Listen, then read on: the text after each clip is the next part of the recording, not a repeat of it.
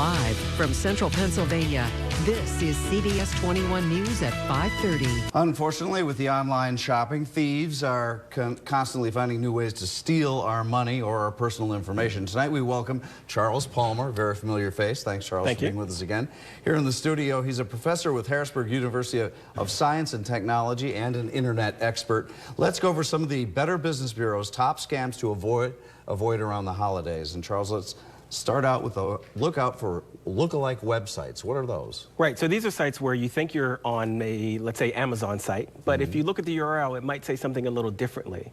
So it looks like Amazon, but it isn't. Is there a way to figure that out? Right, just look at the URL itself. It should say Amazon.com right in the toolbar at the very top of the browser window. All right, what about fake shipping emails?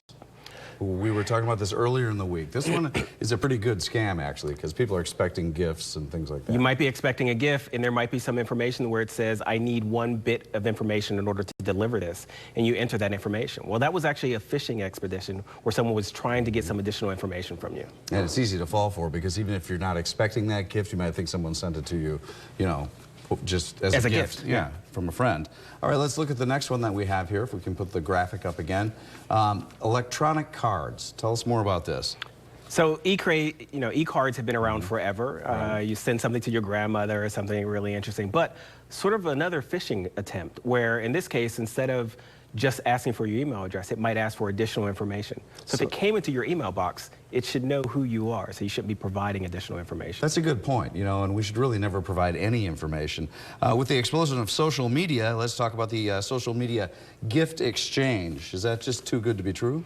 It is. These are attempts where it might say, hey, if you buy one of these gifts, you'll get 36, let's say, or you'll get a dozen of things. That's just a pyramid scheme.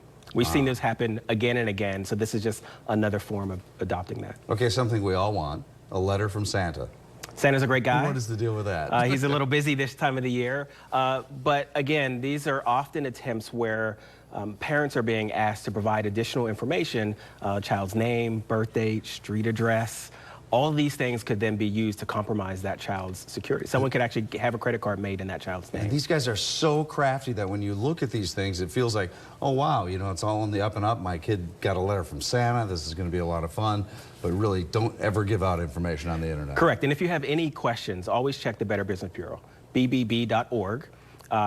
Enter the URL or whatever your problem is and find out if that company has actually had these issues before. Our own Charles Palmer, thanks for joining us. Yep, no problem. Thanks. We're going to have him back at 6 with more of these scams to look out for. And if you missed any of the scams or would like to see them again, we've posted the entire list on our website. Check it out at cbs21.com.